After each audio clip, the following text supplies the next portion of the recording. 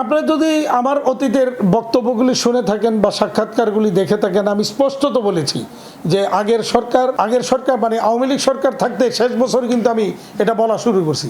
এই বর্তমান প্রেক্ষাপটে এলডিসি গ্রাজুয়েশনে যাওয়ার কোনো রকমের অবস্থা আমাদের নেই। ইভেন আমি এই কথাও বলেছি যে ইন্টারিম গভর্নমেন্ট যখন সিদ্ধান্ত নিল এলডিসি গ্রাজুয়েশনে যাবে, তখন আমি বলেছিলাম যে ইন্টারিম গভর্নমেন্ট আত্মহত্যা করার ঘোষণা দিয়ে আত্মহত্যা করতে যাচ্ছে।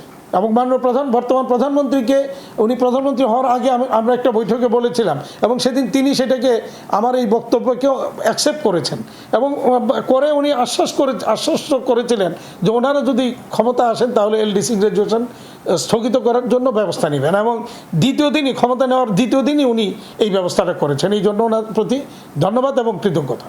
মেড ইন বাংলাদেশ সারা বিশ্বে আমরা গর্বের সাথে বলতে পারি যে বাংলাদেশের, বিশেষ করে পোশাক শিল্প, আমরা গর্বের সাথে বলতে পারি বাংলাদেশের পোশাক শিল্প বর্তমানে যে অবস্থান তৈরি করেছে বিশ্বব্যাপী, এবং আমাদের যে পরিমাণ গ্রিন ইন্ডাস্ট্রি মানে বিল্ডিং সেফটি বা ইলেকট্রিক্যাল সেফটি, ফায়ার সেফটি সহ কমপ্লায়েন্সে যেভাবে আমরা সমৃদ্ধ, আমরা খুব গর্বের সাথে বলি সারা বিশ্বের সকল গ্রিন ফ্যাক্টরি একসাথে করলে আমাদের অর্ধেকের কাছাকাছিও নাই। এটা আমাদের বিশাল অর্জন এবং সেই জায়গাটাতে আমি মনে করি সরকারের এই জায়গাটাতে ওই পলিসিগত সাপোর্টটা আমাদের কাম্য।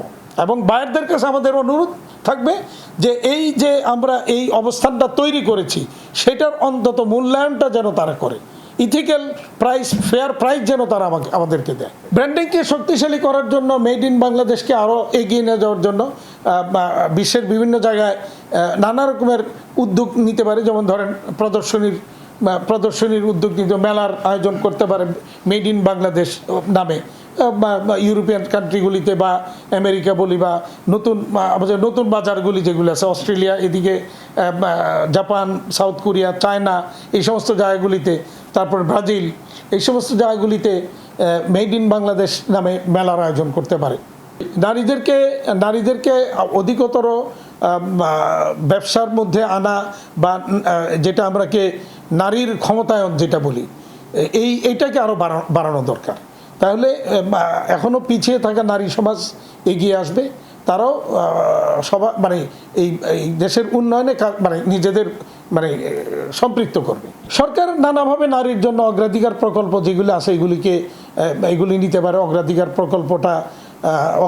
ভিত্তিতে নারীদের জন্য সহজলভ্য করতে পারে। দেখেন, শ্রমিকদের মজুরি বৃদ্ধি এটা বাস্তবসম্মত একটা দাবি।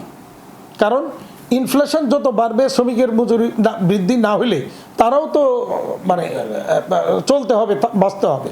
এটা তাদের ন্যায্য অধিকার বা দাবি বলবো। কিন্তু এখন এই মজুরি বৃদ্ধি করতে হলে যে শিল্পের সক্ষমতাটাও পাশাপাশি তৈরি করতে হবে। এখন শিল্পের সক্ষমতা কিভাবে তৈরি করবেন? আপনি আমাকে যদি জ্বালানি নিশ্চিত করেন, আমার উৎপাদন যদি বাড়াতে পারি, আমাকে যদি নানা জায়গায় দুর্নীতি যদি আপনি সংকুচিত করতে পারেন, তারপরে আপনি যদি আমার ব্যবসা বাণিজ্যের নানা রকমের যে facilitation, ease of doing business সহজীকরণ, যেটা আমরা যেদিন থেকে ইজ অফ ডুইং বিজনেস সহজীকরণ কথা শোনা শুরু করছি, ওই দিন থেকে ইজ অফ ডুইং বিজনেস কঠিন থেকে আরও কঠিনতর হচ্ছে। নানাভাবে আমরা দুর্নীতির শিকার হচ্ছি, তারপরে যে ঘুষ বাণিজ্যের শিকার হচ্ছি। এবং এখন অনেকে বলেন যে আপনারা ঘুষ দেন কেন? আগের অর্থমন্ত্রী বলেছেন বা প্রধানমন্ত্রী বলেছেন যে আপনারা ঘুষ দিয়েন না। কিন্তু না দিলে যে কী পরিমাণ হয়রানির শিকার হইতে হয় এটা যে ভুক্তভোগী সেই জানে।